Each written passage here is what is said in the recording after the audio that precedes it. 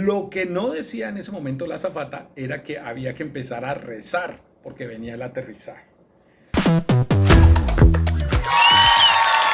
Hola, ¿qué tal amigos de A lo bien parce? Hoy historia de colombiano viviendo en Honduras. Les voy a contar cómo llegué yo acá y un poquito lo que me encontré en esa primera experiencia. Así que bienvenidos a nuestro primer capítulo de esta serie. Y la verdad es que el vuelo hacia Honduras siempre empezaba realmente en San José de Costa Rica. Obviamente uno venía vía Bogotá, pero llegaba a San José de Costa Rica porque esa era la terminal de conexión de TACA, que esa era la empresa que cubría la ruta entre Bogotá y Honduras, pero hacía en la escala en San José de Costa Rica. Y esa empresa TACA pues pasó a ser parte de Avianca, que ahora hace la escala en San Salvador, y también pues uno tiene la opción de poder viajar con Copa a través de la ciudad de Panamá. A propósito, un saludo muy grande a todos los catrachos viviendo en Costa Rica, a los catrachos viviendo en Panamá, también obviamente a los colombianos viviendo en estas dos ciudades y en el resto de Centroamérica y México, así que un saludo enorme.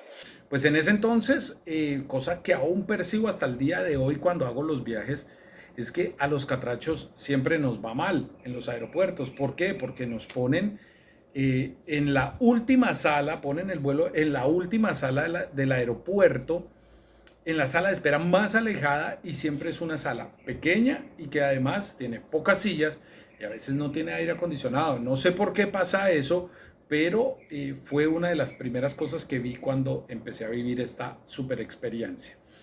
El otro tema, bueno, la subida del avión es como siempre ha sido, ¿no? Una subida del avión en donde todo el mundo se aglomera, no sé por qué, porque los tiquetes antes venían por número de silla y llamaban por grupos, ¿verdad? De la silla tal a la silla tal, ya pueden embarcar. Hoy lo hacen por grupos, pero siempre, no sé por qué los latinoamericanos tenemos la loca idea de siempre pararnos ahí frente al counter, frente a la entrada, y hacer el grupo, así la gente pues de la aerolínea pues se esté matando por decirnos que vamos en orden. Así que siempre sucede eso.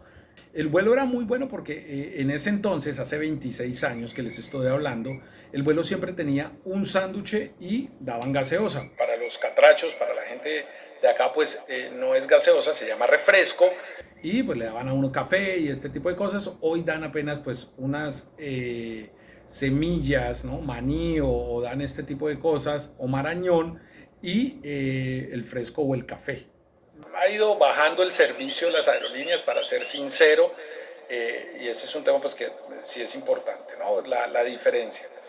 Pero lo más importante era que, bueno, el vuelo transcurría y el avión por fin entraba a Tegucigalpa, y lo primero que uno veía, bueno, dependiendo de la ruta, era el Cristo del Picacho a mano izquierda del avión. Pues uno veía ahí al Cristo pues dando la bienvenida, y la verdad era que en cierta forma lo que estaba dando era la bendición, obviamente para lo que se iba a venir luego, porque el aterrizaje sí era heavy en Tegucigalpa, en Toncontín.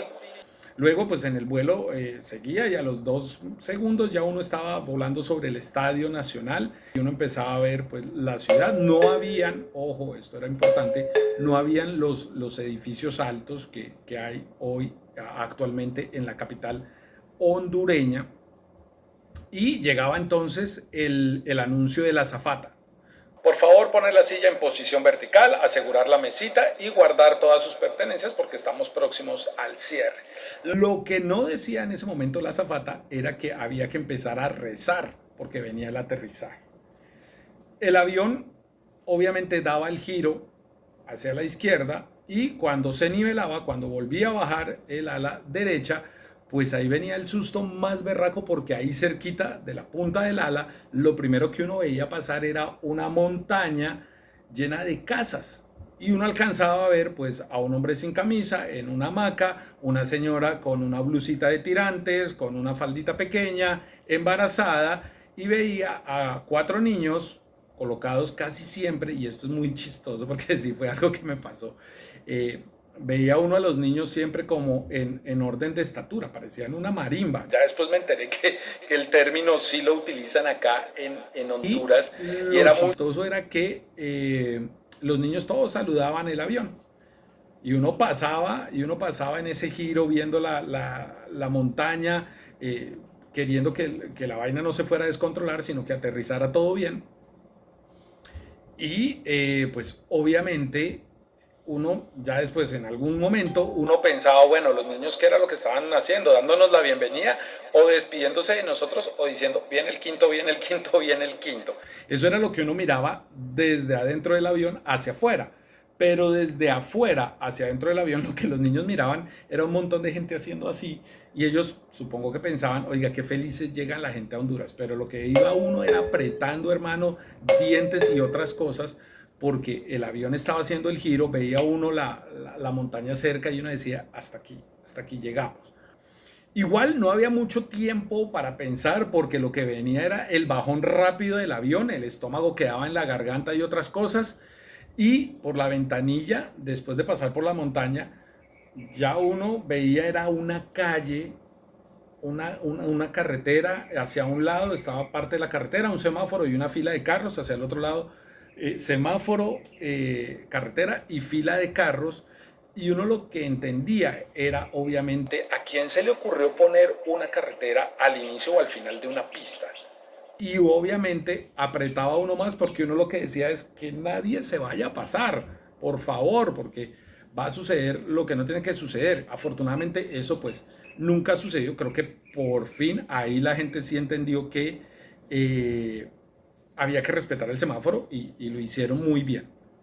Gracias a Dios, como les digo, nunca pasó nada y gracias a Dios también yo no sabía en ese momento que estaba viviendo o estaba aterrizando en uno de los 10 aeropuertos más complicados del mundo. Imagínense eso, tremendo privilegio el que me estaba gastando yo ahí en ese momento.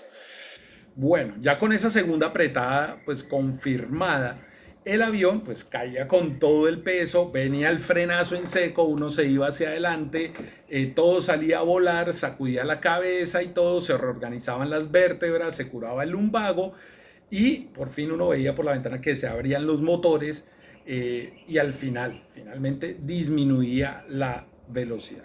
La azafata volvía a hablar y nos decía, bienvenidos a la ciudad de Tegucigalpa, pues uno casi al borde de la lágrima, pues uno celebraba, ¿no?